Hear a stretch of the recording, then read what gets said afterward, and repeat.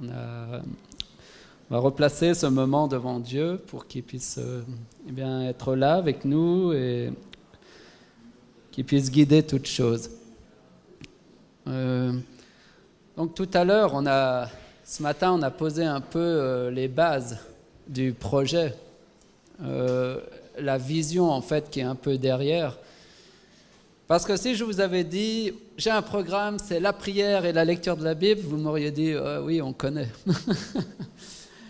Et je crois que, oui, le projet que je vais vous proposer est assez banal à la base, mais je pense que, en même temps, propose un chemin un peu différent à travers la perspective de ce qu'on a vu ce matin. On le prend vraiment, c'est pas lire la Bible pour lire la Bible, c'est pour faire bien. Mais c'est vraiment lire la Bible parce que je veux être à l'écoute de ce que Dieu a à me dire à travers sa parole et à travers son esprit par la prière. Et ça change tout. Parce qu'autant avant, j'avais peut-être pas envie de lire la Bible, parce que c'était « il faut lire la Bible ». Autant maintenant, si j'ai envie d'avancer avec Dieu, si j'ai le désir de rencontrer Dieu, eh bien, on n'est plus dans le faire, dans il faut, l'obligation, mais on est plus dans le désir. J'ai envie chaque jour de rencontrer Dieu et de l'écouter, de voir ce qu'il a à me dire par sa parole. Et Dieu sait qu'il a des choses à nous dire. Il y a toujours une parole pour nous, hein, ne vous inquiétez pas. Si vous croyez être déjà... si vous croyez avoir atteint déjà les hautes sphères spirituelles, ben, la parole de Dieu va vite vous ramener à la réalité. Hein. Parce que sa parole et son amour, sa justice, est tellement profonde que, en fait, on n'arrivera jamais à être à la hauteur de Dieu, quoi. On aura toujours à apprendre et à apprendre et à apprendre. Mais voilà, ça fait partie de l'aventure de la foi. Donc c'est dans l'optique de restaurer le dialogue avec Dieu que s'inscrit ce projet, cette méthode que nous vous proposons. En effet, Dieu désire nous parler par le biais de la prière et de la lecture de la Bible. Non seulement Dieu désire nous réconcilier avec lui, mais il désire également que nous nous réconcilions avec nous-mêmes et avec notre prochain. Enfin, une religion où ce n'est pas seulement avec Dieu, mais c'est aussi mon prochain. J'aime Dieu, j'aime mon prochain. Voilà. Je suis pardonné par Dieu, je pardonne mon prochain. Souvent, on oublie l'horizontal et on croit que la foi, c'est seulement vertical. Et tu as des gens qui vivent comme ça, dans un monde spirituel où ils sont avec leur Dieu, mais ils sont déconnectés des autres. Non, c'est pas ça. Quand on rencontre Dieu, on rencontre l'autre aussi, forcément. Voilà. Lorsqu'on... ce projet de lecture de la parole de Dieu est un peu semblable à un voyage. Je parlais de l'aventure de la foi, on pourrait dire que on pourrait parler de cette aventure comme un voyage, un trajet. Voilà, c'est comme dans une visite, je ne sais pas, moi j'étais allé visiter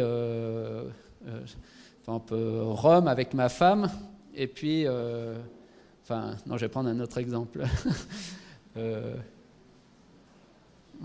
On était allé dans le sud de la France, tout ça, et moi à Vernice, et moi j'étais émerveillé par la nature, j'étais intéressé, c'est de faire du sport, faire du canyoning, tout ça, d'être dans la nature, faire du sport, et ma femme, elle, c'était plutôt restaurant, shopping, tout ça. Et voilà, on a visité tous les deux le même lieu, mais quand on est revenu et on disait à la famille ce qu'on a aimé, ben voilà, on disait pas les mêmes choses. On avait vécu des choses différentes.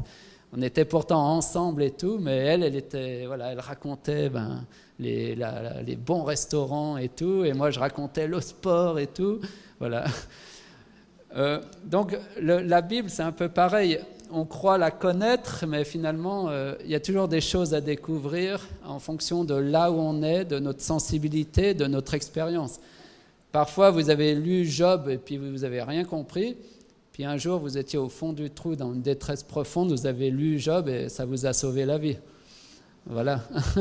Et vous avez compris quelque chose que vous n'auriez pas compris si vous n'étiez pas au fond du trou. Voilà, la parole de Dieu est riche et elle résonne toujours à un moment donné dans notre vie. Donc le projet est voilà. Le projet, c'est donc, si vous avez pu feuilleter un petit peu, je pense que vous avez déjà une petite idée, c'est de lire 30 chapitres de la Bible par semaine. On aura l'occasion de revenir sur ce chiffre, ne vous inquiétez pas. Donc, 30 chapitres, mais on n'est pas tout seul, on forme des duos, on cherche un partenaire de prière et de lecture que l'on rencontre une fois par semaine pour partager autour de ce qu'on a vécu. Donc, la première chose qui est importante dans ce projet, c'est de bien choisir le partenaire de prière avec qui on veut faire ce chemin, faire ce voyage spirituel. Et ce n'est pas toujours évident. Il peut y avoir déjà des résistances, on se dit, moi, je n'ai pas envie de m'ouvrir à quelqu'un, j'ai pas envie j'ai toujours avancé seul et ça marche très bien comme ça. Pourquoi avoir besoin d'un partenaire de prière? Oui, dans ce cas, pourquoi avoir besoin d'une église aussi? Effectivement, Dieu est tout-puissant, Dieu peut tout et j'ai besoin juste de Dieu. Mais Dieu est tout-puissant et pourtant il a créé l'église parce qu'il veut que nous apprenions à nous aimer les uns les autres et il veut que nous nous encouragions et édifions les uns avec les autres. Et il est bon d'apprendre aussi à construire, tout en reconstruisant notre relation avec Dieu, apprendre à construire une relation avec son prochain. Avoir un partenaire de prière, c'est aussi réapprendre à établir une relation juste et saine avec quelqu'un d'autre que moi-même. Parce que ça peut être facile de dire je vis ma foi dans mon coin et puis de se replier sur soi et de croire qu'on est croire qu'on est hautement spirituel alors qu'on est incapable d'établir des relations avec les autres.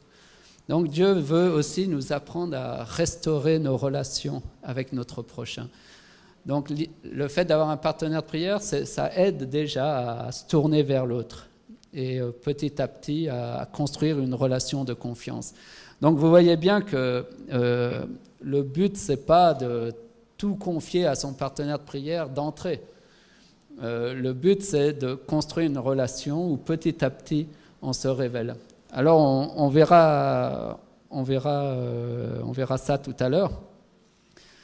Pour bien choisir, ce que nous, on a vu sur le terrain, c'est que souvent, on est attiré par le copain ou la copine, qui on a déjà l'habitude. Pourquoi pas, ça peut être un choix, mais on a vu plusieurs expériences sur Dunkerque où, en fait, dans la prière, Dieu a montré à certaines personnes en disant « Non, tu vas avec cette personne ». Et bon, si j'avais mes amis là, ils pourraient vous raconter leur expérience où Dieu lui a montré une fille et dit voilà, tu vas aller avec telle fille. Puis il dit mais non, je sens pas tout ça. Il dit mais va là et puis finalement elle a dit ok, je vais y aller et ça a été une superbe expérience où ils sont allés, ils ont vécu une démarche de foi avec Dieu qui était formidable. Donc des fois, Dieu peut aussi nous pousser vers des gens auxquels on n'aurait peut-être pas cru au départ. Pourquoi Dieu fait ça? C'est parce qu'aussi, par exemple, dans l'Église en tant que pasteur, donc ça peut servir les pasteurs qui sont là, vous savez, on n'a pas le temps d'aider tout le monde. On n'a pas le temps d'accompagner tout le monde. Les binômes de prière prennent le relais. Je savais que dans l'Église, il y avait des jeunes qui avaient des difficultés. Mais je n'avais pas le temps vraiment de les accompagner, tout ça, j'étais déjà débordé. Et j'ai dit aux anciens, lui là, est-ce que ça ne te dit pas de faire un binôme avec lui? Et ils l'ont pris, hop, 2 à 2. Une autre sœur de l'église n'allait pas bien, elle vivait des choses difficiles dans le foyer, tout ça. J'ai envoyé quelqu'un d'autre faire un binôme avec elle. Pouf, elle l'a pris sous son aile. Et toutes les semaines, ils se voyaient. Toute la semaine, elle priait pour cette dame et la dame pour elle. Parce qu'en fait, il y a une dynamique qui se met en place entre les deux. Et j'ai été impressionné de voir tout ce que Dieu a fait dans la vie de ces gens sans que moi j'intervienne. Mais simplement grâce à la dynamique du duo de prière. C'était vraiment impressionnant. Je me souviens d'un garçon qui était célibataire et qui avait un peu du mal à vivre son célibat. Et il me disait, Olivier, j'ai un problème avec une addiction sur Internet, tout ça. Enfin, vous imaginez un peu le truc. Et il a commencé un binôme de prière avec un des anciens, là, que je forme. Et 2-3 mois après, il vient me voir, me dit, Olivier, c'est puissant la parole de Dieu, c'est puissant, Dieu m'a libéré, je suis plus prisonnier de ça, etc. Je dis, waouh, et moi, j'avais rien fait quoi, pendant ce temps-là. Ouais, c'est les vacances pour pasteur. Je vous donne un truc, il faut bien l'utiliser, ça. Dieu fait le travail à votre place. Et j'étais étonné, j'ai dit, ouais, mais gloire à Dieu, gloire à Dieu. Et ce jeune, voilà, il avait aussi envie de rencontrer une fille, tout ça, mais il a dit, il a dit, je vais placer ça entre les mains de Dieu, etc. Il a rencontré une première fille, il a cru que c'était elle, puis il s'est rendu compte que non. Et il a eu le courage de couper parce qu'il voyait que ce n'était pas la volonté de Dieu, tout ça. Au lieu de s'accrocher, il s'est dit, autant au moins je ne suis pas seul avec elle, au moins ça comble ma solitude et c'est mieux que rien. Hein, il y en a, ils peuvent se dire, il vaut mieux prendre ce qu'il y a et puis voilà, ce qui se présente à soi. Et non, il a dit, non, je vais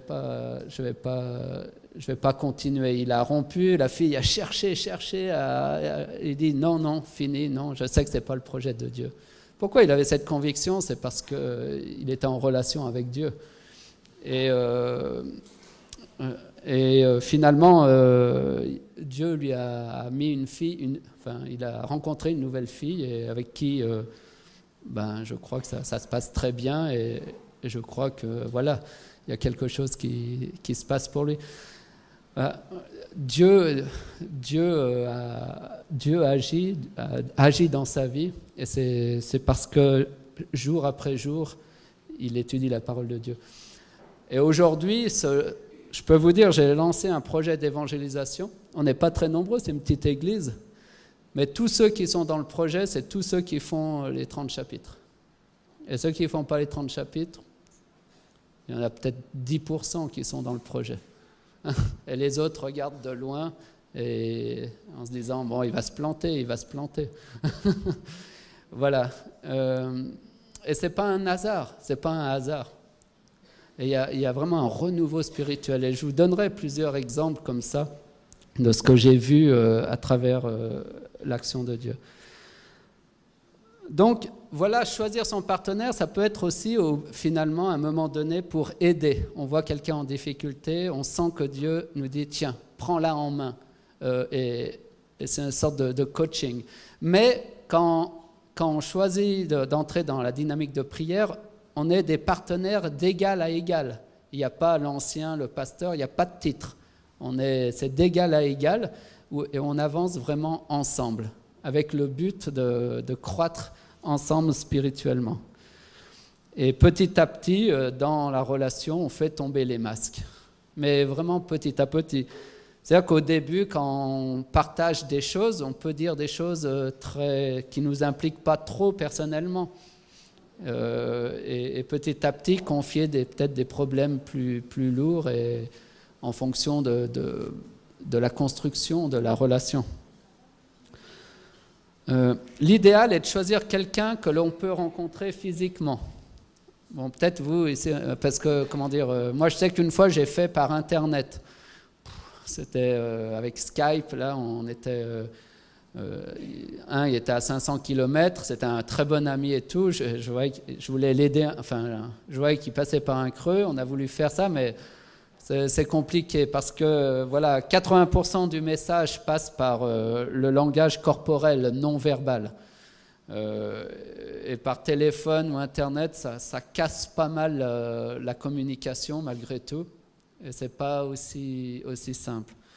Ça peut faire, mais c'est pas l'idéal. Choisissez plutôt des tête-à-tête, des face-à-face, hein, avec un frère et voilà. Voilà, au début, on peut avoir des hésitations pour choisir un partenaire en se disant « mais j'en ai pas besoin, je me débrouille tout seul, je suis assez grand ». Ça, c'est l'orgueil. Ça, c'est l'orgueil qui parle de croire qu'on n'a pas besoin des autres. Vous avez besoin des autres. Vous avez besoin de l'Église, et vous avez besoin de Dieu, mais aussi de vos frères et vos sœurs. Et vous verrez... je crois qu'il est bon de découvrir toute la richesse qu'on peut avoir dans une relation où Christ est au milieu, hein, où Christ est au centre, où vous êtes unis par l'Esprit de Dieu, dans une même optique, une même démarche spirituelle. Ensuite, dernier conseil très important, il est préférable de choisir un partenaire de même sexe. Hein. Pourquoi? Parce que le fait de partager des moments spirituels forts, toutes les semaines, avec un partenaire de sexe opposé, est susceptible de créer une intimité qui, en fait, pourrait s'avérer gênante et entraver la démarche du retour vers Dieu. Le but, c'est pas de tomber, le but, c'est de s'élever. Hein. Donc, n'essayez pas de draguer en prenant l'excuse de ça. Hein. Donc, vous choisissez quelqu'un du même sexe. Merci. Je ne veux pas qu'après on me dise ouais, le pasteur, à cause de lui, il y a des choses bizarres qui se passent. Je plaisante. Mais vous connaissez bien le problème de l'homme. Hein. Bon, alors je ne vais pas vous en raconter plus. Ils ne savent pas se tenir. Ben oui. Depuis que Adam a vu Ève comme ça, les hommes sont toujours comme ça. Mais bon, il faut qu'ils se soignent, hein, c'est tout. Ils veulent mettre des voiles sur la tête des femmes pour... Mais c'est à eux de se soigner, c'est pas aux femmes. Hein. Mais bon. Voilà. Alors, voilà ce qu'on pourrait dire. Donc, vous retrouvez les infos sur ça par rapport à dans le livret. Hein.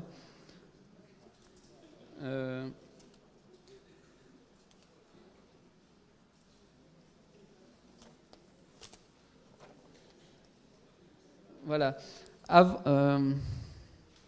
Oui, avant de parler, je vais vous parler maintenant de la rencontre. Donc, avant la première rencontre, pour commencer, l'équipe va choisir déjà un jour où elle veut se rassembler pendant 1 heure, 1 heure et demie. Voilà. Et il faut essayer de garder toujours le même jour et de bien bloquer dans notre agenda la date parce que sinon, si on manque des rendez-vous, au bout d'un moment, ça peut décourager l'autre partenaire. Donc, il y a quand même on est redevables l'un envers l'autre et il faut pas être une occasion de chute ou de découragement pour l'autre. Donc, il faut être attentif et avoir assez de rigueur pour bloquer cette date. Et on choisit un livre de la Bible, comme on veut. Oui, donc je parlerai de la prière après. Le livre, alors, comme il y a 30 chapitres à lire, on peut choisir un livre qui fait à peu près 30 chapitres. Par exemple, Matthieu fait 28 chapitres, le livre de Matthieu. On peut se dire, tiens, on va lire le livre de Matthieu. Bon, 28 chapitres, On n'est pas à deux près. Hein. Faut pas être légaliste non plus. Le livre, et si le livre est très grand, par exemple Ésaïe qui en fait 66, on peut couper en deux, faire 2 rencontres à 33 chapitres. Ça a une possibilité. Si le livre est tout petit comme 1 Timothée qui fait 6 chapitres, on peut lire soit 5 fois 1 Timothée, mais bon, ça fait un peu redondant et ça peut être usant. Et l'histoire prouve qu'on ne relit jamais 5 fois le même livre. Donc le mieux, c'est peut-être d'enchaîner plusieurs petits livres, style 1 Timothée 6 livres, 2 Timothée fait 4 chapitres, donc ça fait 10 chapitres, Tite, ça en fait 3, Philémon 1, et on arrive à 15 chapitres. Et on peut lire 2 fois tous ces livres et ça fait 30. Il faut calculer un peu. Hein. Mais bon, voilà.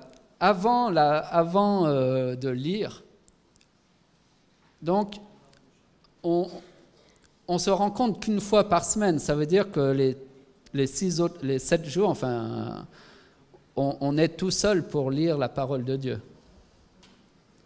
C'est-à-dire qu'il faut trouver un temps dans la journée pour lire. Alors on y reviendra. Après, il y aura un temps pour des questions. Vous pourrez poser des questions. Hein. Voilà, c'est chez soi que l'on lit et qu'on prend ce temps de prière avec Dieu. Parce que le but, c'est quoi? C'est de restaurer ce dialogue avec Dieu, comme on a vu ce matin. On a commencé ce matin à répondre à Dieu. Où es-tu? Qu'as-tu fait? On a commencé à lui répondre. Mais si on s'arrête à aujourd'hui, l'effet de ce que vous aurez vécu aujourd'hui, les bénéfices, les bienfaits que vous avez eus ce matin vont pas durer parce que à nouveau la coupure va se faire, à nouveau vous allez partir vers des idoles, à nouveau vous allez fuir et vous cacher, et puis à nouveau vous allez vous planter, et à nouveau vous allez revenir repentant à Dieu. Mais est-ce qu'on est obligé toujours de faire le yo-yo? Non, on n'est pas obligé de faire le yo-yo. À partir du moment où on accepte d'intégrer Dieu chaque jour dans notre vie, et d'accepter de dialoguer avec lui chaque jour, et de laisser faire son œuvre dans notre vie, par la puissance de sa parole et la puissance de son Saint-Esprit. Et ça, c'est quelque chose de fort. Et ça a un vrai impact. En une année, presque on lit on lit la Bible en entier, quasiment. Et vous devenez quelqu'un qui connaît vraiment la parole de Dieu. Et c'est marrant, je vois avant les jeunes, tout ça ne connaissaient pas grand-chose. Puis alors maintenant ils disent oui, mais de toute façon dans Ésaïe 30, hein, Dieu dit ça. J'ai dit ouais, il y a quoi dans Ésaïe 30? Parce que moi il y avait longtemps que j'avais pas lu ça. Ouais, ou Jérémie 24. Ouais, je dis mais pourquoi ils savent ça? Parce qu'ils lisent la parole de Dieu chaque jour. Et ils connaissent bientôt plus de choses que moi. Alors du coup, il faut que je m'y mette là pour pas être dépassé là. Alors, comment se passe notre... C'est un peu un culte personnel, hein, évidemment. Comment se passe-t-il? La première chose, c'est commencer, avant la lecture de la Bible, commencer par un temps de prière. Si vous remarquez, on vous propose à la page 53 une sorte de signet, c'est un petit signet que vous pouvez découper et mettre dans votre Bible, qui vous permet de vous souvenir de la prière que vous pouvez formuler.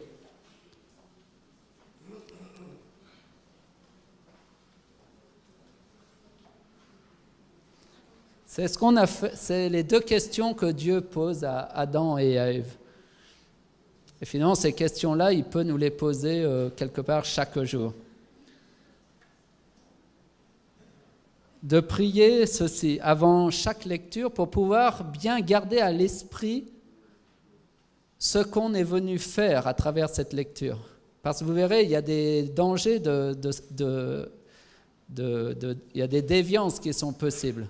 Comme par exemple entrer dans une étude du texte, qui subtilement nous permet de ne pas s'impliquer personnellement et de parler au on ou nous au lieu de parler avec le je. Hein? Et c'est très facile de tomber dans une étude où on prend du recul et où finalement cette parole ne nous est plus adressée, mais c'est une parole théorique, générale. Ah oui, Dieu dit ça, point barre. Et ça ne nous apporte rien du tout. Alors, on va voir.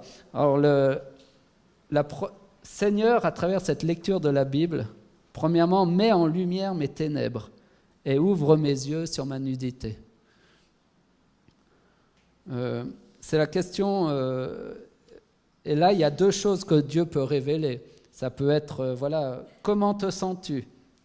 Y a-t-il des nuages qui obscurcissent mon cœur et affaiblissent mon être? Comment se nomment-ils? D'où viennent-ils? Oui, il y a cette question de Dieu aussi, qu'as-tu fait? Y a-t-il des vers qui pourrissent mes fruits? Comment se nomment-ils? D'où viennent-ils? C'est-à-dire que le but, c'est quand vous entrez en prière, de demander à l'Esprit de Dieu de mettre la lumière en vous, d'éclairer vos ténèbres parce que vous savez qu'il y a des choses qui doivent être changées, mais vous ne savez pas quoi forcément. Et par sa parole, Dieu va vous révéler des choses. Si vous avez remarqué, à la fin du livre, on a rajouté au dernier moment là, des appendices où on a mis des exemples de prières qui ont été écrites par ceux qui ont fait ça, par les participants à ce projet sur Dunkerque. Et vous lirez, on en lira quelques-unes et vous verrez la profondeur des fois de ce qu'ils écrivent. Parce que, je reviendrai tout à l'heure sur le livret de prière, qu'on appelle ça le cahier de dialogue. Parce que par sa parole, Dieu nous interpelle. Et lorsque une parole de Dieu nous interpelle, on s'arrête pour prendre le temps de répondre à Dieu. Parce que vous savez, c'est pas nous qui prions. Le premier à prier, c'est Dieu. C'est Dieu qui nous appelle, c'est Dieu qui nous interpelle. Et nous, notre prière n'est qu'une réponse à la prière de Dieu. Des fois, on croit que c'est Dieu qui est sourd, mais c'est nous qui sommes sourds. Et c'est nous qui ne répondons pas à la parole de Dieu, à la prière de Dieu. Donc, on approche cette lecture avec humilité, en disant « Seigneur, éclaire mes ténèbres. Montre-moi s'il y a des nuages. Montre-moi s'il y a des péchés. » Et puis, si vous entrez dans la prière et que vous êtes, par exemple, déprimé, vide intérieur, vous dites « Mais Seigneur, je ne me sens pas très bien. Parle-moi, dis-moi ce qui va pas. »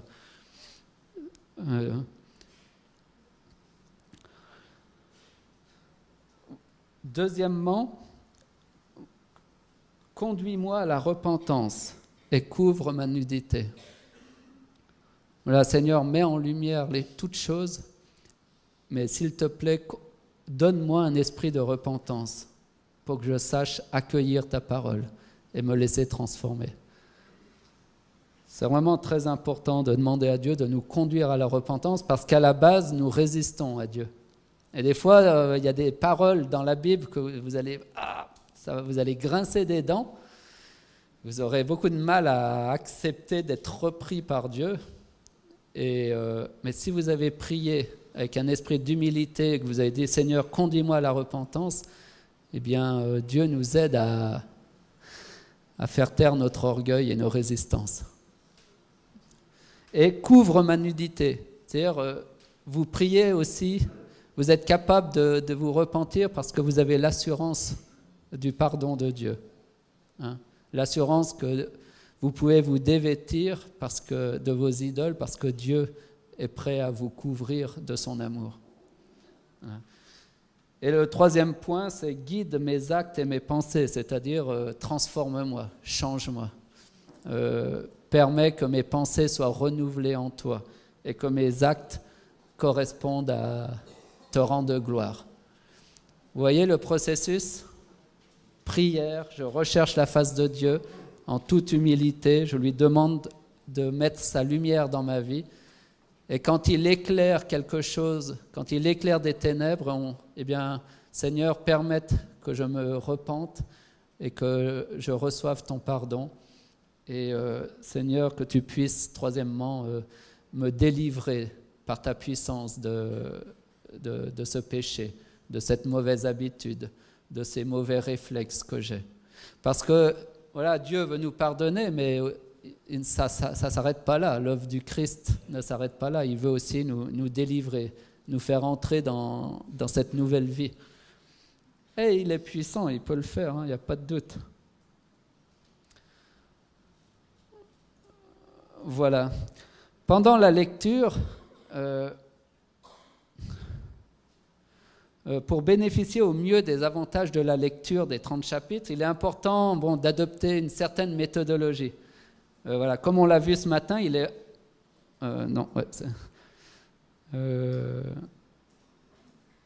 voilà, pour pouvoir avancer plus facilement dans le dialogue, on s'est rendu compte qu'il fallait un élément en plus qu'on n'avait pas au début, c'était le cahier de dialogue. Voilà, c'est une sorte de carnet de prière, mais voilà le mien, c'est un petit livre tout simple. Alors moi, j'écris là le texte qui m'interpelle. Bon, comme j'ai commencé sans avoir un crayon avec plusieurs couleurs, je soulignais le texte biblique et ensuite je répondais en dessous à Dieu. Mais il est bon voilà, d'avoir un cahier de dialogue avec un stylo et puis lorsque un texte nous interpelle, on le note, on l'écrit sur le cahier et après on s'arrête pour prendre le temps de répondre à Dieu et de voir ce qu'il veut nous dire. Parce que j'ai remarqué que voilà, le réflexe de l'homme, c'est quoi? C'est de fuir.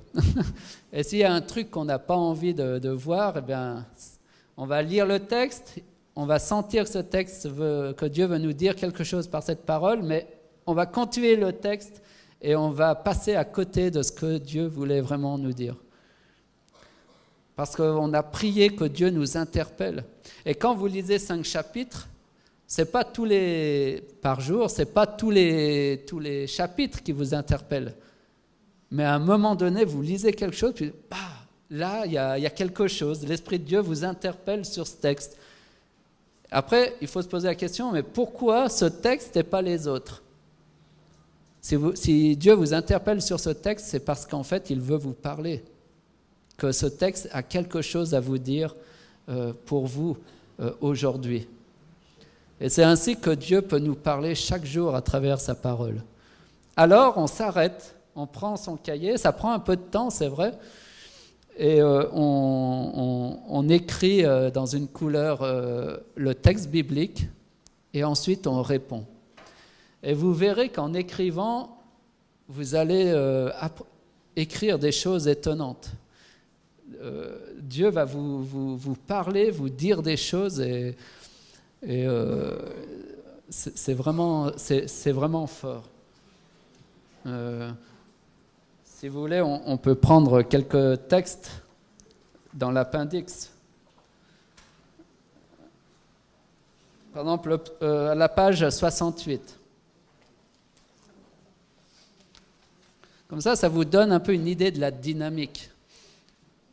C'est vraiment dynamique, c'est vraiment dans le dialogue avec Dieu. Alors, il y a le psaume 27, verset 10. Bon, vous les lirez, vous verrez qu'ils sont intéressants. Mais... Par exemple, on va prendre celui-là parce qu'il n'est pas trop long. Psaume 27, 10. La personne, c'est un jeune qui a écrit ça. Il dit... Si mon père, c'est la Bible qui dit, si mon père et ma mère devaient m'abandonner, toi, l'Éternel, tu me recueilleras. Waouh! Imaginez cette parole à quelqu'un qui n'a pas eu de parents.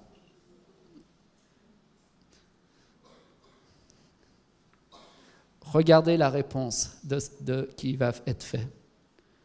Oui, Éternel, mon Père terrestre, m'a abandonné. Et aujourd'hui, je suis toujours en quête de son amour. Qu'il est à ma connaissance incapable de m'apporter, si ce n'est toi qui l'inonde de ton amour. Vois un jeune qui a soif de l'amour de son père, mais que son père n'est pas capable de le lui donner, à moins que ce soit Dieu qui arrive à œuvrer dans le cœur de son père. Cette quête m'a amené sur des chemins de perdition et ils me conduisent à la mort. Toi, tu me promets que tu me recueilleras.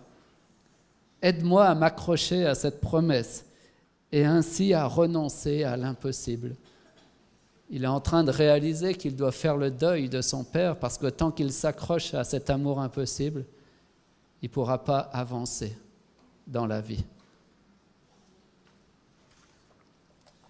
Il reconnaît qu'à cause de cette quête-là, il va chercher cet amour à des endroits où il ne faut pas le chercher.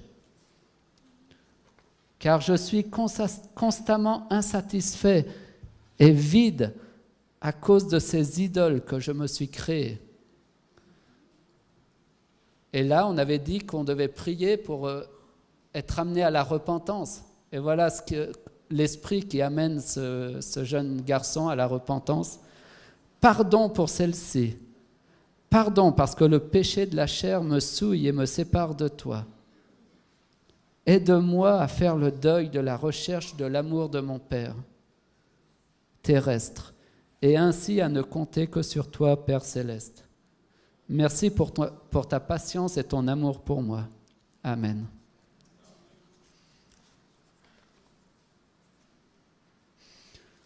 On pourrait prendre en page 70, Jérémie 3, verset 10.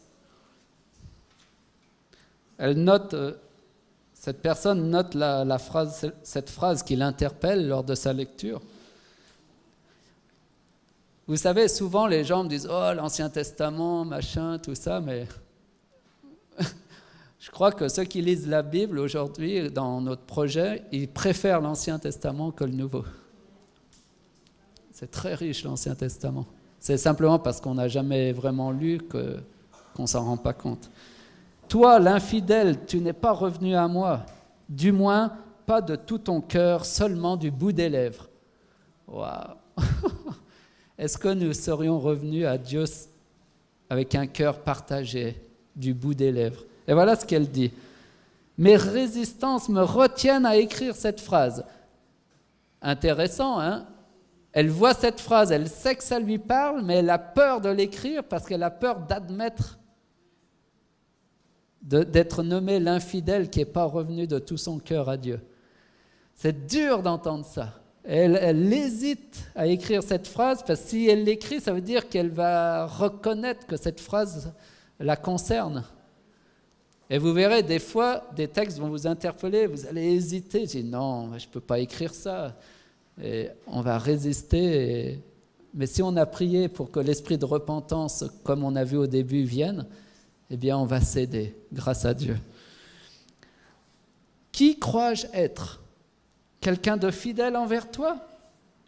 Mes résistances me voilent les yeux. Oui, je dois oser dire que je suis infidèle. Reconnaître qui je suis pour que tu puisses m'apprendre la fidélité, pour que fidèlement je puisse te servir de tout mon cœur. Pardonne-moi de t'honorer du bout des lèvres, car je n'exprime pas du fond de mon cœur ce que je ressens. Mes peurs me poursuivent, j'ai pourtant vu ta main abattre des barrières énormes devant moi, mais il en reste encore et je veux te les confier pour que tu me libères, pour que tu abattes une à une toutes ces barrières qui me séparent de toi, et je pourrai ainsi glorifier ta puissance. Vous savez qui c'est qui a écrit ça? Enfin, je crois le reconnaître. C'est une femme qui... Oh, Ellen White? Ah non. Ellen White n'est pas dans mon église. Hein. C'est des gens d'aujourd'hui qui écrivent ça. C'était une femme dépressive. C'était une femme sous drogue, sous calmant, enfin sous antidépresseur. Quand je suis arrivé il y a 2 ans à l'église. Très introvertie, assez frêle, menue. Elle longe les murs si elle pouvait les longer. et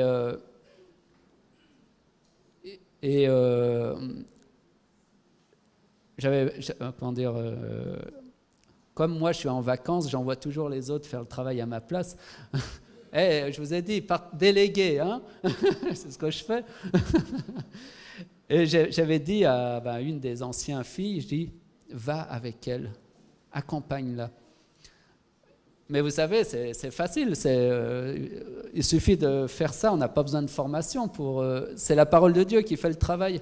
Vous voyez, elle lit ça, hop, allez, suivant. La parole de Dieu est puissante, l'Esprit de Dieu convainc. On a juste à être là pour encourager à lire la Bible chaque jour. Ouais, pas besoin de formation pour ça. Hein. Et c'est la parole de Dieu qui fait son travail. Et cette femme, aujourd'hui, non seulement elle est plus dépressive, elle est plus sous médicaments, mais vous voyez, dans sa prière où elle a mis, il en reste encore et je veux te les confier pour que tu me libères, pour que tu abattes une à une toutes ces barrières qui me séparent de toi et je pourrai te glorifier de ta puissance. Vous savez ce qu'elle fait maintenant, c'est la leader en liturgie pour diriger la louange le sabbat matin. Elle est devant tout le monde.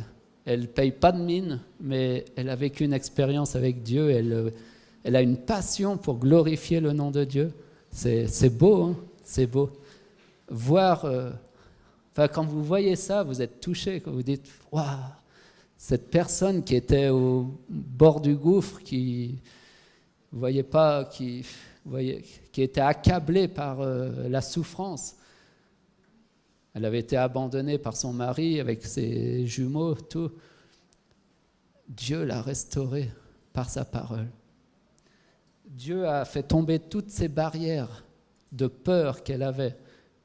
Et maintenant, elle glorifie Dieu. Et c'est beau. Ce que je vous propose, ce n'est pas une méthode 100% fiable et 100% sûre.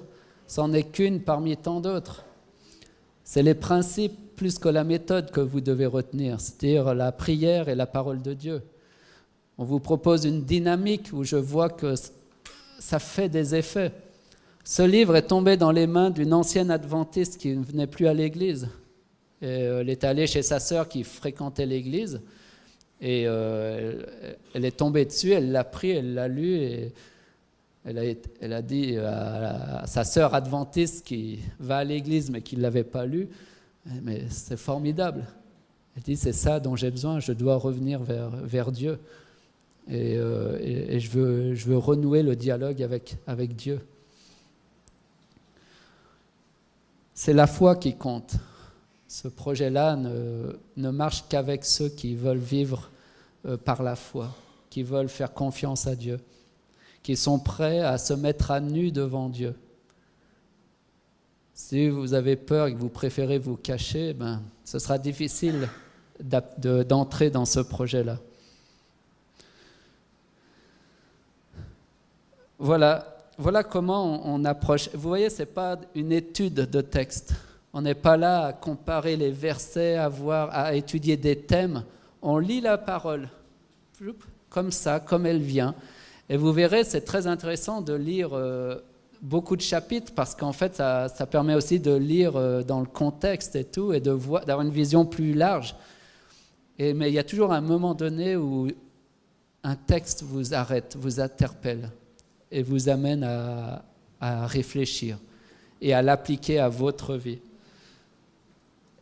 Et c'est vrai que l'idéal, c'est d'utiliser des fois, quand il y a un texte qui vous interpelle, l'idéal, c'est d'utiliser le je au lieu pour le sujet. Par exemple, dans 1 Thessaloniciens 5,9, là, il y a un texte qui dit « Car Dieu ne nous a pas destinés à la colère, mais à l'acquisition du salut par notre Seigneur Jésus-Christ. » Et dans le cahier de dialogue, au lieu de noter « Car Dieu ne nous a pas destinés », au lieu de mettre le « nous », ça peut être intéressant de mettre Olivier, Dieu ne t'a pas destiné à la colère. De s'approprier, de personnaliser le texte pour voir que c'est bien Dieu qui nous parle. Parce que la parole de Dieu, elle s'adresse à nous personnellement. Quand Dieu nous parle, c'est par notre prénom. Par la Moïse, Moïse, Moïse, Pierre, Paul, Saül, Saül. Il nous appelle par notre prénom. Donc, ça peut être quelque chose de bien, d'enlever le pronom indéfini, le on, le nous, pour dire non, moi. Et elle s'adresse à moi, cette parole.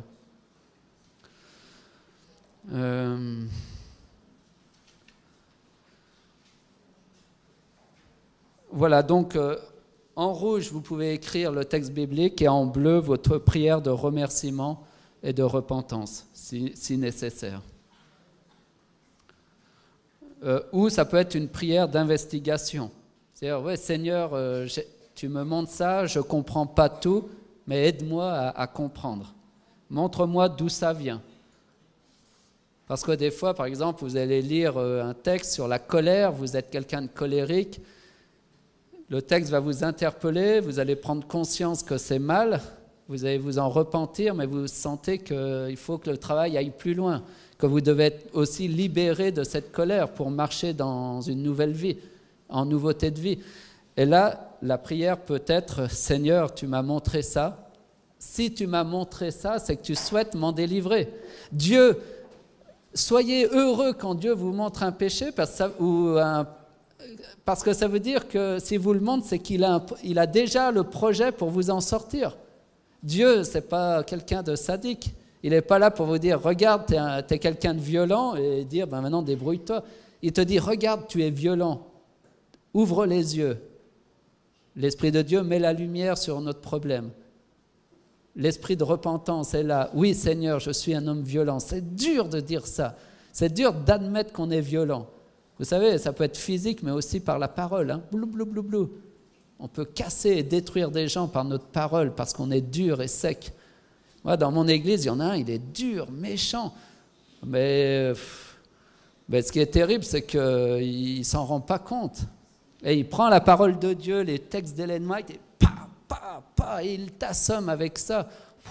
Et j'essaye de lui dire, mais tu pourrais être plus doux, tu vois. J'essaye gentiment de lui ouvrir les yeux. Il dit, tu sais, moi je dis la vérité, mais la vérité ça déplaît toujours. Ah ouais, d'accord, mais si Dieu te disait la vérité comme tu l'as dit, tu grincerais des dents.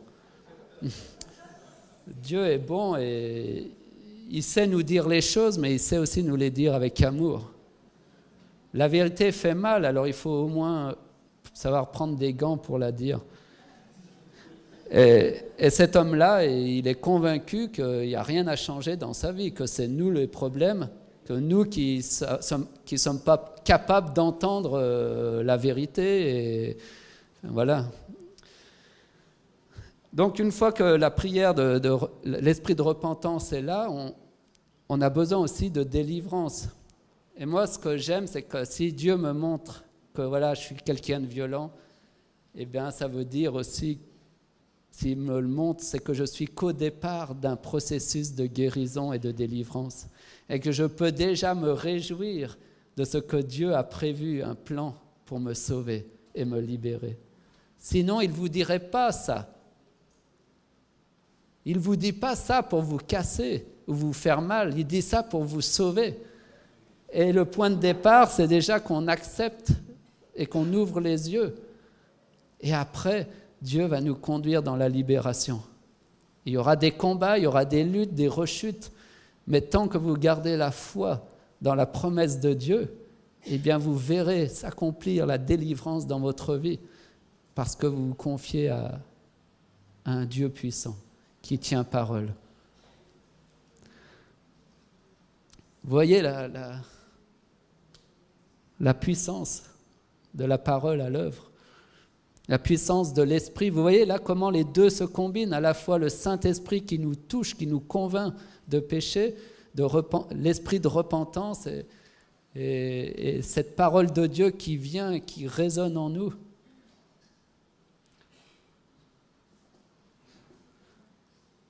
Alors réjouissez-vous quand Dieu vous montre quelque chose, parce que ça veut dire que vous serez bientôt libre.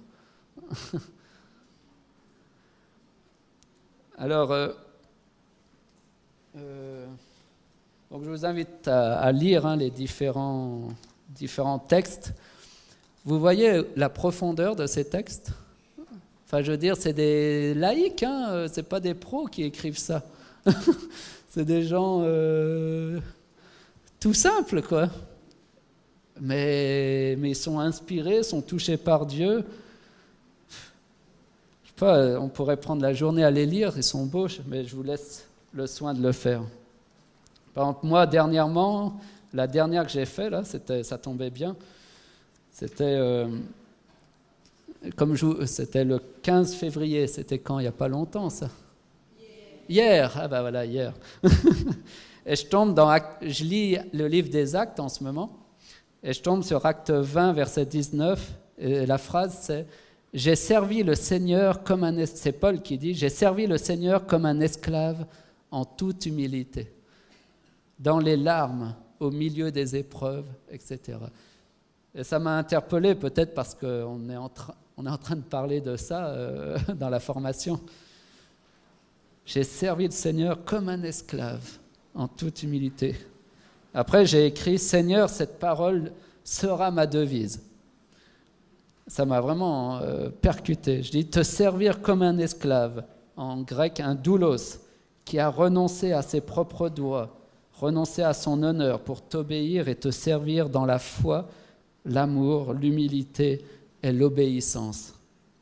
Je sais que c'est un service difficile qui rencontrera beaucoup d'opposition et d'épreuves, mais parce que je t'aime, parce que tu es la vie pour les hommes pécheurs, je désire suivre ce chemin de sainteté, celui du service dans l'amour et la foi, dans l'obéissance et l'humilité.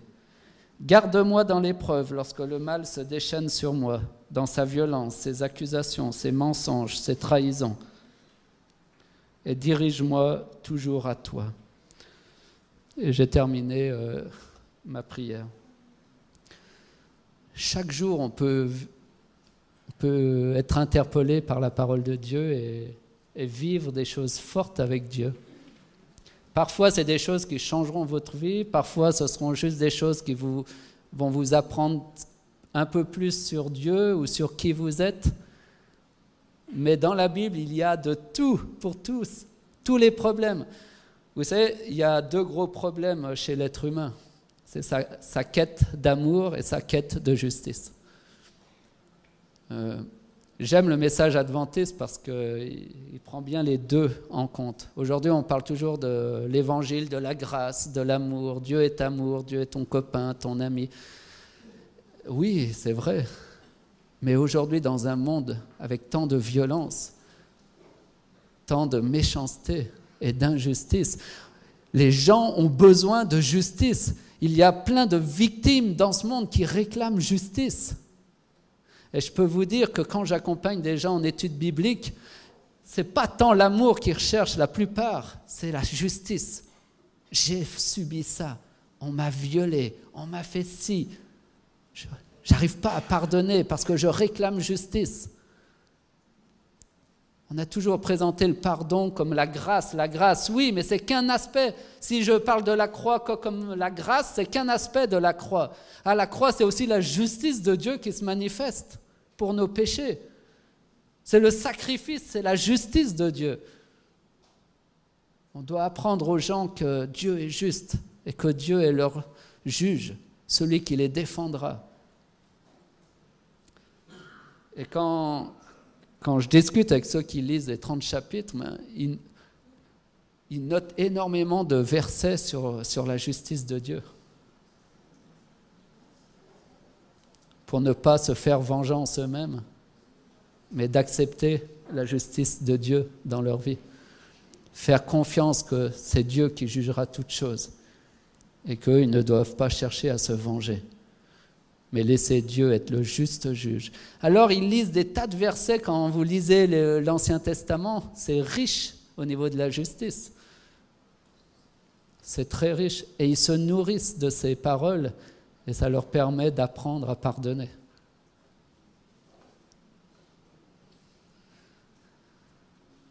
voilà sur ce qu'on peut dire sur la parole de Dieu.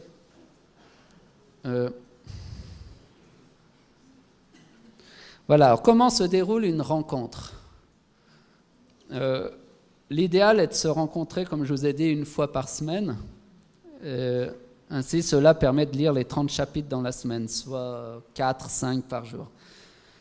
Et ensuite, partager avec son binôme pendant une rencontre d'1 heure, 1h30. Il ne faut pas que ce soit trop long. Alors, comment se déroule une rencontre? Alors, la première chose, c'est prendre des nouvelles. Hein, comment vas-tu? Est-ce que ça va? On peut aussi demander, est-ce que tu as eu des difficultés cette semaine au cours de ta lecture? Ce n'est pas évident de lire 30 chapitres. Hein.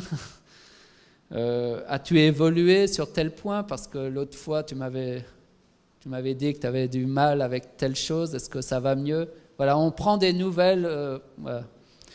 Ensuite, suit un temps de prière où on demande à Dieu de conduire la réunion. Dans un troisième temps, intervient le moment où on échange sur comment l'Esprit de Dieu nous a interpellés en lisant la Bible. Alors souvent, on utilise notre cahier de prière pour échanger, en disant voilà, Dieu m'a parlé par rapport à ça, à ça. Et puis de comparer peut-être, si quelqu'un avait un problème, tel problème, de dire par rapport à ce problème, j'ai encore chuté, j'arrive pas à avancer. Et finalement, à la fin, on passe un temps de prière pour clôturer, qui est un temps de prière d'intercession. Voilà. C'est un moment où l'on prie l'un pour l'autre, pour les difficultés rencontrées, et où on glorifie Dieu pour les victoires données. Donc quand il y a une victoire, on est reconnaissant, on loue Dieu. Et quand il y a un combat, on intercède pour que l'Esprit de Dieu soit puissant. Mais si vous êtes tout seul, ce n'est pas la même chose. Franchement, ce n'est pas la même chose. La prière d'intercession en groupe, quand quelqu'un prie pour vous, c'est autre chose. Hein, vous vous sentez porté. Et tout en sachant que tout au long de la semaine, on prie l'un pour l'autre. C'est-à-dire que quand on fait notre lecture, il y a toujours on lit les 30 chapitres, on note, et à la fin, il y a un temps de prière, forcément. Et dans ce temps de prière, on intercède par rapport à ce que Dieu nous a révélé dans la Bible, mais on intercède aussi pour son compagnon de prière. Donc chaque jour, vous avez quelqu'un qui prie pour vous. C'est quand même puissant. Et forcément, vous imaginez bien que ça crée des liens. Des fois, il y a des gens, ils sont seuls dans l'église. Là, vous aurez au moins quelqu'un. Cette personne a d'autres amis, elle vous présentera à ses autres amis et très rapidement, vous ne serez plus seul dans l'église. Donc, ce qui est bien aujourd'hui, c'est que je parle à des pasteurs et des anciens. Donc, vous avez à cœur chaque membre de l'église. Et vous voyez qui est-ce qui est un peu isolé, vous connaissez des gens qui sont en difficulté, etc. Vous pouvez justement, par ce projet-là, les aider spirituellement et aussi au niveau fraternel. Et enfin, avant de se quitter, on se met d'accord sur le texte à lire pour la semaine suivante, hein, évidemment. Pour choisir le texte, il n'y a pas de règle, il faut laisser Dieu diriger les choses. On ne voit pas Dieu agir, mais il agit. Il m'est arrivé plusieurs fois, on a choisi des textes, des livres au hasard, mais il répondait pile poil à ce que j'allais vivre dans la semaine. Étonnant. J'aurais lu un autre livre, j'aurais pas eu les encouragements qui étaient nécessaires à ce moment-là. Donc, des fois, on choisit un texte, on a l'impression que c'est assez subjectif et aléatoire, mais au final, non, Dieu est derrière et il sait, et c'est lui qui... Voilà. Pourquoi? Parce qu'on est en prière et voilà. Voilà. Il faut savoir que...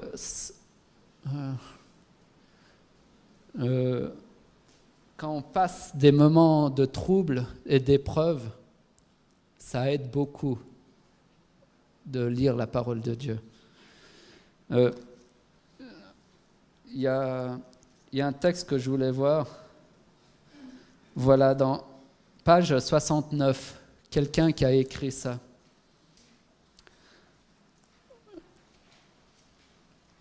Enfin, pour vous dire, personnellement,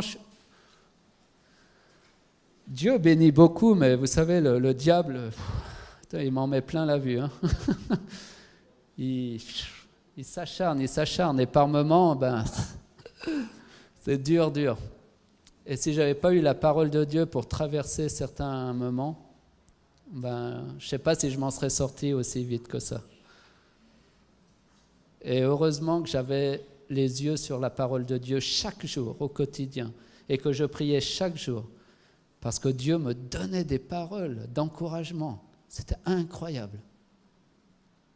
Alors que sans ça, j'aurais été peut-être terrassé. Parce que l'ennemi s'est tapé très fort aussi. Mais Dieu relève.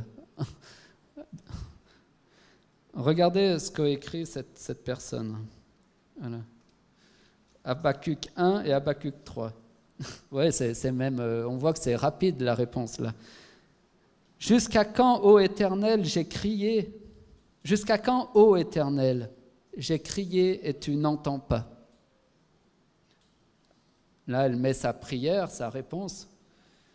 Je suis épuisé, mon Dieu. Épuisé, car je ne vois pas le bout du tunnel. Épuisé, car nuit après nuit, jour après jour, je perds espoir. Jusqu'à quand? C'est une sœur ou un frère de l'Église qui a écrit ça. Moi, je ne suis même pas au courant en tant que pasteur. J'imagine pas tout ce qui se passe dans la vie des gens. Je ne peux pas deviner qu'il y a des troubles profonds, qu'il y en a qui sont au bout du rouleau. Mais comme elle est entrée dans cette dynamique, voilà, Dieu va pouvoir la sauver. Je crie à toi, réponds-moi, Dieu de mon secours. Ne laisse pas le désespoir m'envahir. Réponds à mon cri par le nom de Jésus qui a créé un pont vers la vie, un pont vers toi, mon Dieu. Agis et exauce-moi du haut des cieux. Amen. Et je pense que quelques jours plus tard, elle lit Habakkuk 3, verset 16. « J'ai entendu et mes entrailles se sont émues. » Et elle répond, « Merci Seigneur pour cette réponse si rapide. Comme une mère s'attendrit de son enfant qui pleure, tu ne restes pas sans réaction face à mon cri. » Oh, ça doit être une femme. « Merci de te soucier de notre famille. Merci de vaincre le mal qui tente de briser notre amour, notre patience, notre tendresse. Écrase le mal sous mes pieds, anéantis son œuvre dans ma vie, afin que je te glorifie pour les merveilles que tu accomplis pour nous. Que je puisse célébrer la victoire et louer ton nom jour après jour. Même si mon cœur est en plein cœur des ténèbres, j'espère en ta lumière. » Voyez, elle a lu cette parole, elle a été touchée par l'Esprit de Dieu, elle a repris confiance. Et avant, elle était centrée sur ses problèmes, elle ne voyait que ses... Voilà, comme ce matin, là, elle ne voyait que ses problèmes. Et elle lit cette parole, « Dieu, tu ne réponds pas, tu es silencieux. » Elle a crié à Dieu. Et là, elle lit cette parole et on pourrait dire assez quelconque, hein, peut-être. J'ai entendu et mes entrailles se sont émues. Bon, on lit ça, rien de bien spécial. Mais à ce moment-là, Dieu l'a interpellée. Et elle a levé les yeux. Elle a repris confiance en Dieu. Et elle a retrouvé espoir, même si le problème n'était pas encore réglé. Et elle s'est relevée grâce à cette parole de Dieu.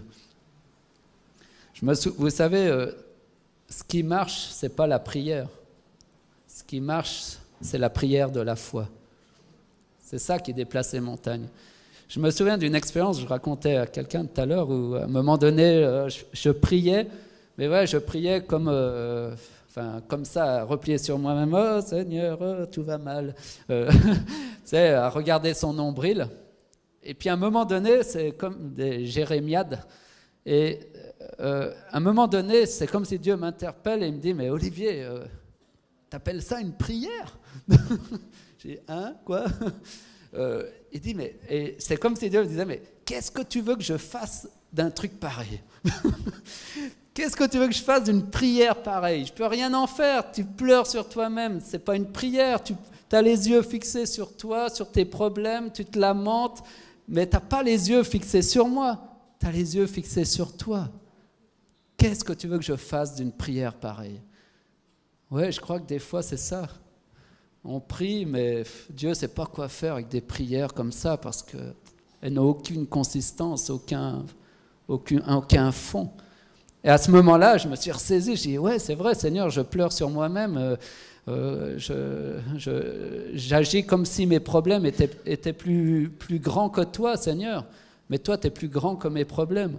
Et là, j'ai levé les yeux comme et j'ai retrouvé confiance et foi à Dieu, et je dis, oui, Seigneur, tu es avec moi, et tu vas m'aider. Et je suis ressorti de la prière fortifié par cette démarche de foi-là. Je me suis souvenu que j'avais un Dieu. Vous savez, si vous entrez en prière, fatigué, dépressif ou triste, et que vous ressortez dans le même état, à mon avis, c'est que vous n'avez fait que traverser rapidement le temple de Dieu en courant, en fuyant, comme Adam et Ève. Aïe, aïe, aïe. Pauvre Dieu, il doit s'arracher les cheveux. Je ne sais pas s'il en a, mais avec nous, c'est... Alors, quand on entre en prière, on entre dans la présence de Dieu. Notre Père qui est aux cieux. Je lève les yeux vers mon Père qui est dans les cieux et j'arrête de regarder à moi-même.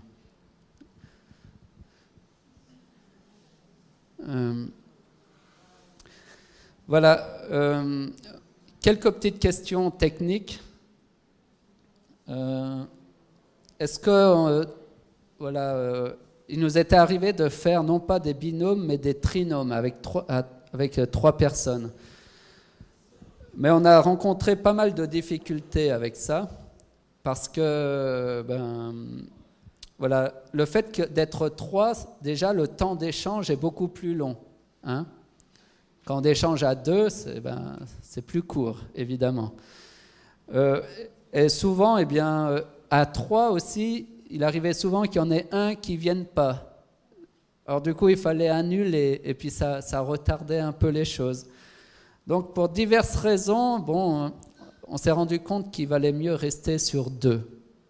Et puis le fait d'être trois, par exemple, des fois on peut commencer à deux, puis quelqu'un voyait que ça se passait bien, que ça avançait, il disait « est-ce que je peux venir dans votre groupe ?» Alors on avait dit « ben oui, ok, viens ». Puis on s'est rendu compte que ça casse un peu la dynamique, parce que le fait qu'il y ait un troisième, un peu, qui n'est pas au même niveau que les autres, il faut presque tout reprendre à zéro pour réapprendre à se connaître. Ça casse un peu la dynamique et on s'est rendu compte que ce n'est pas l'idéal. Alors maintenant, ce qu'on fait, c'est qu'on fait à deux et quand on voit quelqu'un qui veut faire, on sépare en deux et on crée deux binômes avec les deux. On crée deux binômes de deux. Et c'est comme ça que, si vous remarquez, le livre, c'est marqué, il n'y a pas de nom d'auteur. Et mon ami projet passe le relais. C'est un projet qu'on met en place. Ça, c'est un des matériels, mais on est en train d'écrire d'autres choses par rapport à ce projet missionnaire. Mais l'idée, c'est que au début, on était seulement deux binômes à faire ça. Et on n'en a pas fait un projet d'église. On a forcé personne à entrer dans ce projet. On a commencé à deux, les deux sont divisés en deux, quatre, les quatre sont divisés en deux, 8, et ainsi de suite. Bon, c'est une petite église, on est une quarantaine, mais maintenant, plus de la moitié, je pense, sont dans cette dynamique-là. Tous les jeunes y sont. Et je peux vous dire que ça booste. Ils sont hyper motivés. Certains avaient eu des promotions professionnels et tout, ils ont refusé pour garder du temps pour l'Église, etc. Voilà, ils suivent des formations pour prêcher, etc. Il y a vraiment un enthousiasme qui est là parce qu'ils ont été touchés par Dieu, tout simplement. Dernière question, ouais, c'est un peu long, hein, je m'excuse, c'est un peu plus technique, mais bon. Peut-on lire moins que 30 chapitres? Voilà la grande question. Celle qu'on attend, où on veut une réponse. Parce que 30, ça fait beaucoup. Hein. Bon, beaucoup, oui et non. Si on veut diviser 30 par 6, ça fait 5. 6, on se dit le jour du sabbat, on ne va pas lire, parce qu'on a l'église, tout ça. Bon, on peut aussi, hein, mais bon, supposons, voilà, 6 jours sur 7, ça fait 5 chapitres par jour. Donc c'est déjà mieux. Maintenant, il faut réfléchir, quel est l'objectif derrière tout cela? Qu'est-ce que nous voulons obtenir? Le livre le dit, une vie enracinée en Christ. Enracinée, c'est-à-dire des racines profondes. Que dit la parole de Dieu? Josué 1, verset 8. Que ce livre de loi ne s'éloigne point de ta bouche. Médite-le jour et nuit pour agir fidèlement selon tout ce qui y est écrit. Et quelle est la suite? Il y a la promesse pour tous ceux qui lisent la Bible. Et ça, c'est de la promesse, hein, quand même. Lisez la Bible et agissez fidèlement selon tout ce que Dieu vous dira à travers la Bible. Faites ce qu'il vous dit et Dieu vous le promet. Alors tu auras du succès dans des entreprises, c'est alors que tu réussiras. Et je suis sûr qu'ici, il y aurait des témoignages de gens qui diraient « Oui, à partir du moment où j'ai suivi Dieu, ça a changé, ma vie a changé. » Donc, voilà, que ce livre de loi ne s'éloigne point de ta bouche. Moi, j'aime beaucoup le psaume 1. C'est un peu ce que je voudrais être, le psaume 1.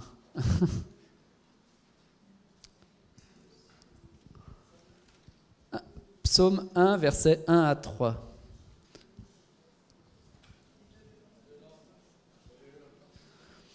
Alors je vais le lire. Heureux l'homme qui ne marche pas selon le conseil des méchants, qui ne s'arrête pas sur la voie des pécheurs et qui ne s'assied pas en compagnie des moqueurs, mais qui trouve son plaisir dans la loi de l'Éternel et qui la médite jour et nuit. Il est comme un arbre planté près des courants d'eau qui donne son fruit en sa saison et dont le feuillage ne se flétrit point. Tout ce qu'il fait lui réussit. Wow. Encore une, vous avez vu la promesse, tout ce qu'il fait lui réussit? Pareil que dans Josué. Et vous avez vu, pareil, c'est pour ceux qui méditent jour et nuit la parole de Dieu. Alors pourquoi vous voulez baisser le niveau, hein? Vous voulez pas de cette promesse dans votre vie? Vous n'avez pas 1 heure à accorder à votre Dieu dans votre journée de 24 heures? C'est ça le problème. Pourquoi on n'a pas 1 heure à lui accorder?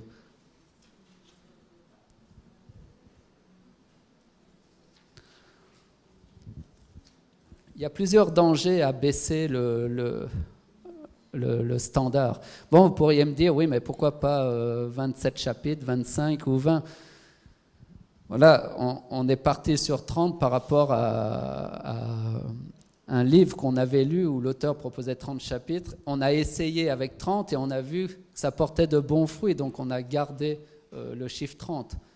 Maintenant, ce n'est pas le chiffre en lui-même qui est important. Pour tout vous dire, il m'arrive parfois de lire seulement 2 chapitres dans la journée. Pourquoi ? Parce qu'il y a des textes où, je sais pas, vous prenez Lévitique, vous allez lire assez vite, sans être forcément trop interpellé.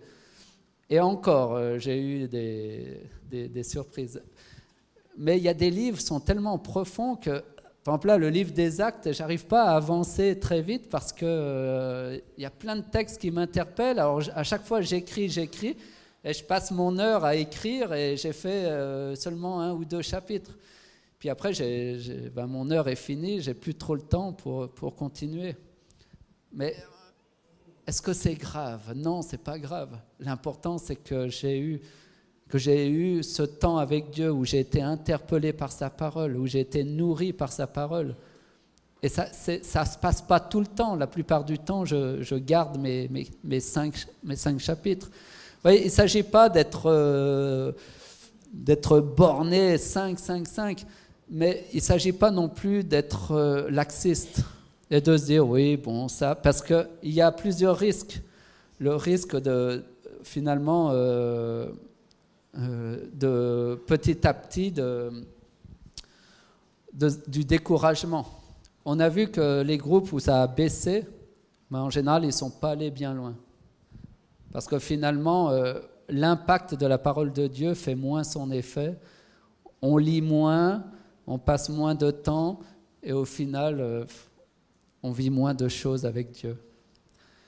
Donc, nous, on encourage toujours à garder cette vision-là, parce qu'on doit... voilà, ici, on aime bien manger beaucoup. La nourriture spirituelle aussi, il faut en manger beaucoup. Hein, il ne faut pas manger que l'amidon, là.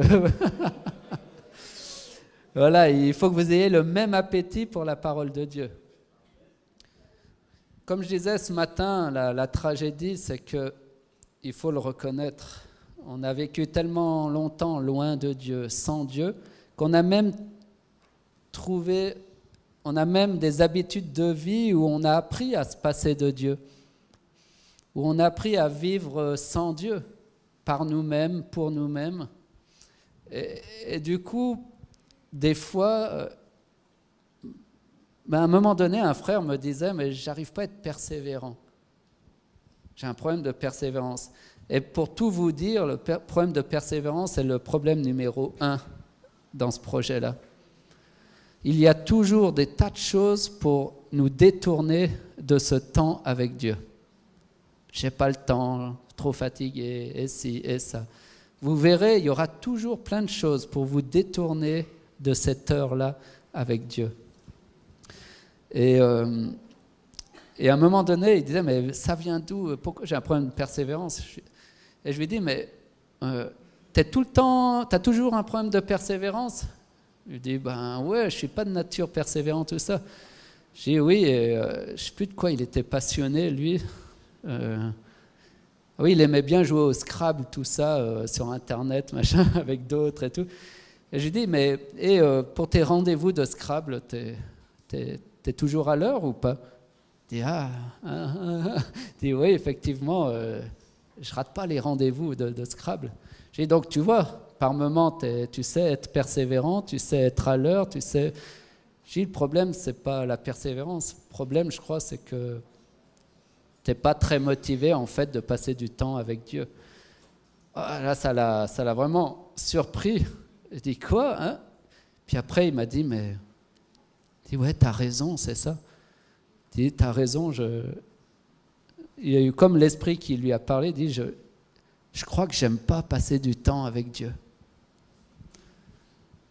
Et vous savez, à partir du moment où il a confessé ça, qu'il a reconnu qu'il n'aimait pas passer du temps avec Dieu, eh bien, il a vraiment commencé à changer et à s'enraciner quotidiennement dans la parole de Dieu.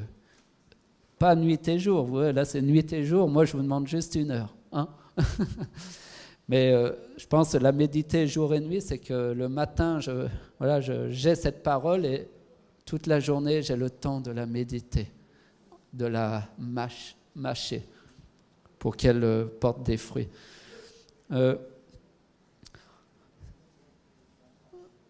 Voilà, voilà, on a vécu tellement longtemps sans Dieu que, oui, on peut passer une journée sans lui, sans problème. Et on a appris à vivre loin de la gloire de Dieu. Maintenant, que je vous dise une chose, c'est comme un feu. Vous avez des cheminées? On se chauffe ici? Non, pas trop, hein? Ouais, bon. D'accord, bon, l'image vaut ce qu'elle voudra, mais voilà, chez nous, il fait froid, on a des cheminées. Et on met du bois dans le feu pour l'animer, l'entretenir, etc. Et en fait, voilà, moins vous mettez de bois et plus la flamme périt et au risque même de s'éteindre. Mais si on recharge de bois régulièrement, eh bien, le feu reste toujours allumé. Je crois que si vous partez d'une dynamique où petit à petit vous lisez un peu moins de chapitres, au lieu de, du coup, vous passez un peu moins de temps avec Dieu, très vite, vous allez voir, vous allez abandonner et quitter la route avant l'heure et reprendre vos vieilles habitudes de fuir loin de la face de Dieu. Mais ça marche dans le sens inverse. Plus vous persévérez et vous mettez le bois dans la cheminée, plus vous passez quotidiennement du temps avec Dieu, et plus vous allez apprendre à vous réjouir d'être dans la présence de Dieu, à trouver du plaisir à lire sa parole et à prier Dieu, prendre du plaisir d'être à nouveau, à vivre dans la gloire de Dieu. Vous voyez, ça marche dans un sens, mais aussi dans l'autre. Alors, il nous faut persévérer. C'est pourquoi le partenaire de prière, une fois de plus, est important. Parce que c'est souvent lui qui nous pousse, au début en tout cas, parce qu'au début, il faut un peu se forcer. Mais c'est lui qui nous pousse à tenir nos engagements, parce qu'en une semaine, on va le rencontrer. Et si je dis « j'ai rien lu », j'aurais l'air un peu bête. Donc, le partenaire de prière me motive voilà. Pour moi, c'était... Enfin, pour vous, je pense que c'est pareil. Quand vous saviez qu'il y avait un examen de classe, voilà, vous travaillez parce que vous savez qu'il y a un examen. Mais quand il n'y a pas d'examen, vous laissez les cours, on verra bien plus tard. Voilà, donc ça aide d'avoir quelqu'un qui, finalement, nous oblige à se prendre en main. D'où l'intérêt, une nouvelle fois, du partenaire de prière. Y a-t-il des risques de déviance théologique? C'est-à-dire que dire, oui, bon, c'est des petits groupes, ils vont faire leur truc, leur sauce dans leur coin et tout. C'est carrément impossible, parce que n'oublions pas que le but n'est pas de tout comprendre. Le but, c'est de dialoguer avec Dieu, de laisser Dieu m'interpeller sur ma vie. De faire en sorte que la Bible ne soit pas qu'un livre d'histoire duquel je pourrais tirer un grand savoir, mais que ce soit un livre qui contribue à ce que Dieu me parle personnellement pour restaurer cette relation brisée avec Dieu, avec moi-même, ainsi qu'avec mon prochain. Donc, il se peut que parfois on ne comprenne pas tout. Et le but, comme je vous ai dit, ce n'est pas de faire une étude. Donc, si on ne comprend pas une chose, eh bien, on note dans un coin de notre carnet de prière, avec une autre couleur, eh bien, voilà, on note la question ou le thème qui nécessite d'être étudié. Et il ne faut pas l'étudier pendant la rencontre avec l'autre, parce que sinon, on passe à une étude biblique et l'autre dit, oui, non, tu vois, le sabbat, c'est ça, ça, ça. On n'est plus dans une... Après, il n'y a plus l'égalité aussi, puisqu'il y en a un qui devient enseignant et l'autre qui devient enseigné. Ouais. Et on n'est plus dans le partage de ce que Dieu a fait par rapport au livret de dialogue. Est-ce que vous comprenez? Donc, dans ces cas-là, ce qu'il faut faire, c'est noter la question et aller voir. On encourage les jeunes, enfin les gens qui ont des questions, à aller voir le pasteur ou des anciens pour pouvoir nous expliquer ce qu'il en est. Pourquoi ça? Moi, je me souviens, voilà, quelqu'un avait plein de questions et tout, parce qu'il est entré avant dans un binôme de prière, mais il n'était pas encore baptisé. Alors, il avait plein de questions, et du coup, on était plus dans une étude biblique que dans une lecture de la Bible. Du coup, le frère a dit, écoute, on arrête, nous, on se concentre sur ça, mais tu vas voir le pasteur et tu prends des cours et tu lui poses à lui toutes les questions. OK? Et je l'ai pris en étude biblique et puis après, il s'est fait baptiser. Voilà. Donc, voilà, on voit que c'est deux choses différentes. Et donc, voilà, donc on travaille en lien avec l'Église et pas tout seul dans son coin. Voilà, quelle heure est-il? Bon, moins de 2 heures, donc il nous reste, allez, on se donne encore un quart d'heure de questions peut-être, d'échanges. Est-ce que j'ai abordé tous les points? Est-ce que c'est clair ou pas très clair? Normalement, ce n'est pas moi qui présente cette partie-là, c'était toujours mes anciens. Et donc là, c'est moi qui ai pris le relais. Mais... Oui. Attends. Voilà, comme ça. Oui. Donc, ma question est, est-ce que je peux avoir mon époux comme partenaire de prière? Pourquoi? Parce que là où je suis, l'île où je suis, pour l'instant, je suis le seul foyer adventiste. D'accord. Ou bien est-ce que je peux avoir une autre partenaire d'une autre confession religieuse comme partenaire de prière? Voilà ma question. Ah oui, le couple, c'est à rigueur, c'est même, ça peut être même recommandé, parce que, je veux dire, je pense que ça peut être bien dans un couple de pouvoir parler de son cheminement spirituel, de ses luttes, de ses combats. Qui est le mieux à même peut-être de te comprendre si ce n'est ton époux? Et après, vous savez, l'idée c'est qu'une fois que vous êtes bien rodé, que vous avez vraiment c'est devenu une habitude de vie, après vous pourriez vous dire, et si maintenant on se séparait, et toi, enfin séparé, vous comprenez, et toi tu vas vers une sœur qui est peut-être pas adventiste, mais qui a envie de lire la parole de Dieu, lui vers un autre, et ça fait 2 binômes. Et des 2 plus tard, vous allez peut-être s'ils emboîtent le pas et tout, ben, ils vont peut-être se séparer, ça fera 4, 8, et ça peut devenir un projet d'évangélisation aussi.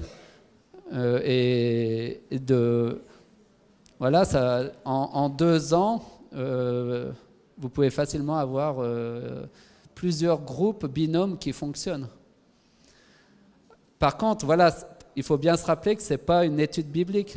Donc, si quelqu'un de non-adventiste lit, par exemple, les 10 commandements et il voit le sabbat, il ne faut pas utiliser la réunion de prière pour donner une étude sur le sabbat.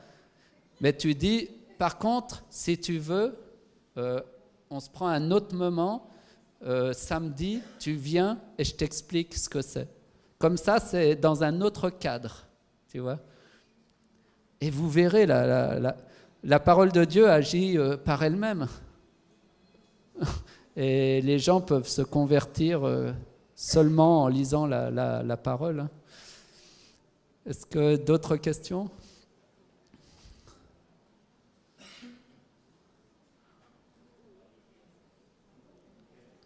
Oui, alors c'est vrai que je disais que ça devait être de même sexe, sauf donc dans le cadre d'un couple marié.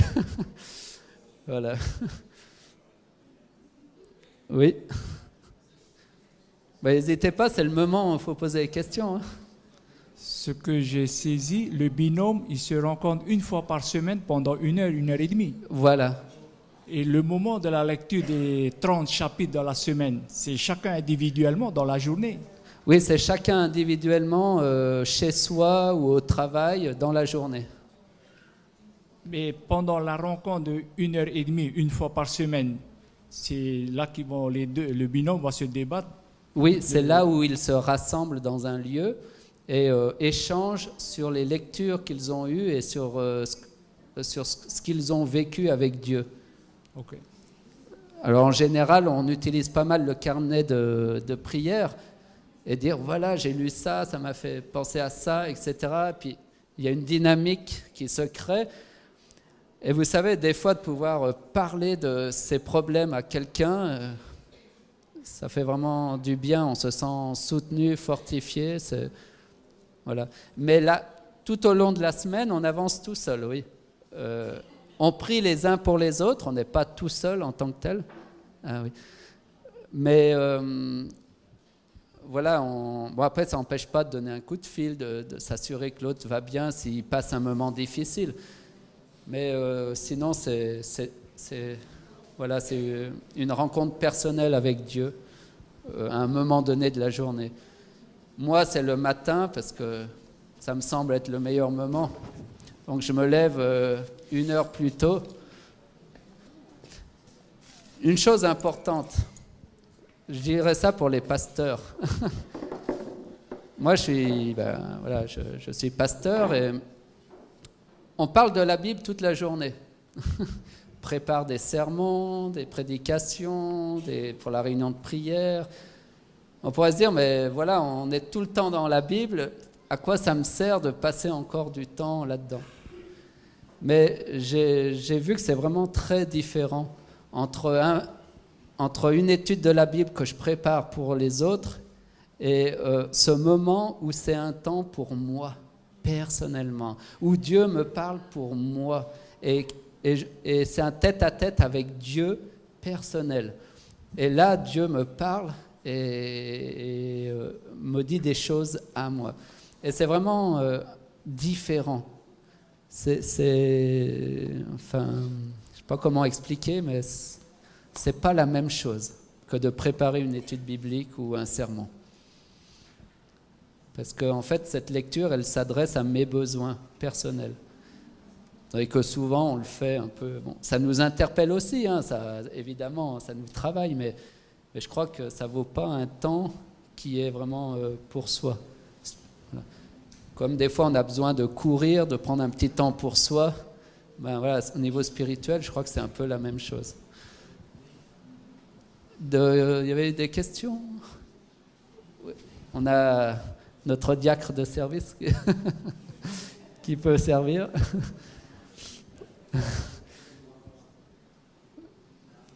Bon, apparemment ça a été clair alors. Alors maintenant, voilà, vous êtes des responsables dans les églises.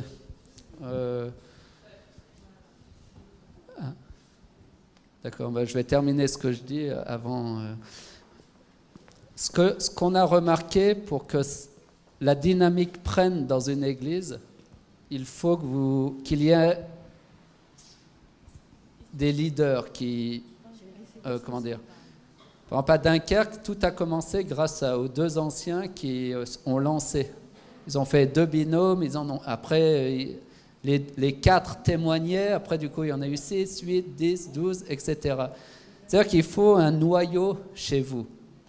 Je ne sais pas si les anciens veulent prendre ça à charge, et se dire mais on va faire ça, on commence à 2, et puis ben voilà, les témoignages vont parler d'eux-mêmes et on va faire grandir comme ça le projet.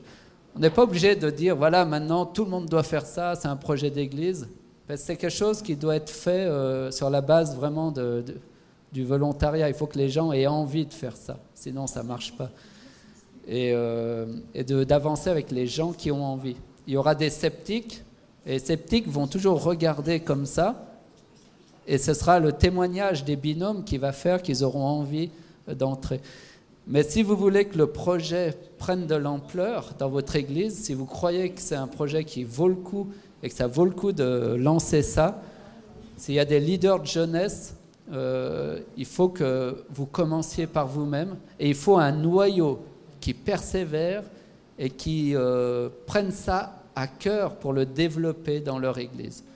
S'il n'y a pas de leaders qui prennent le projet en main, souvent on finit par oublier le projet et le livre, on le range dans l'armoire et puis on oublie. Donc si vous souhaitez que ce soit un projet qui puisse prendre un certain essor dans votre église, il faudrait que vous trouviez au moins 2 leaders pour former déjà 2 binômes et à partir de là, qui travaillent pour développer ce réseau de binômes de prière. Enfin, c'est ce qu'on s'est un peu rendu compte à travers l'expérience. Oui. En fait, parce que ce n'est pas une question, mais c'est un soutien justement de ce que vous êtes en train de dire, parce que l'église de Fatawa, depuis le 9 janvier au 16 janvier, après la semaine de prière, nous avons fait l'expérience que vous êtes en train de dire, de prendre un partenaire de prière, de mettre en prière des personnes, et jusqu'à aujourd'hui, on voit que ça évolue et ça marche très très bien. Voilà. Et ça, c'est vraiment un soutien, et c'est vraiment... Ça s'appelle « C'est bon d'être bon ». C'est bon d'être bon. Voilà, c'est bon d'être bon. C'est cette carte-là qu'on fait passer à des partenariats de l'Église pour pouvoir prier à d'autres personnes et ça marche très très bien. C'est des binômes de prière alors. Voilà. Enfin, c'est la même chose quoi, de la ce même que vous chose, dites. Ok. Vous voyez, l'esprit, il ne connaît pas de frontières. Continuez et témoignez de ce que vous vivez. C'est le témoignage de ce qu'on vit qui fait le succès de ça. Ok, une dernière. Il nous reste 5 minutes. Ou sinon, prendre ce temps pour louer le Seigneur. Je sais pas. Terminer par un temps de prière et de louange. Ok, je suis encore là une semaine, donc si vous avez des questions, vous pouvez toujours venir me voir. Voilà. Merci de votre patience. Et puis, on va terminer par un temps de louange et de prière, je pense.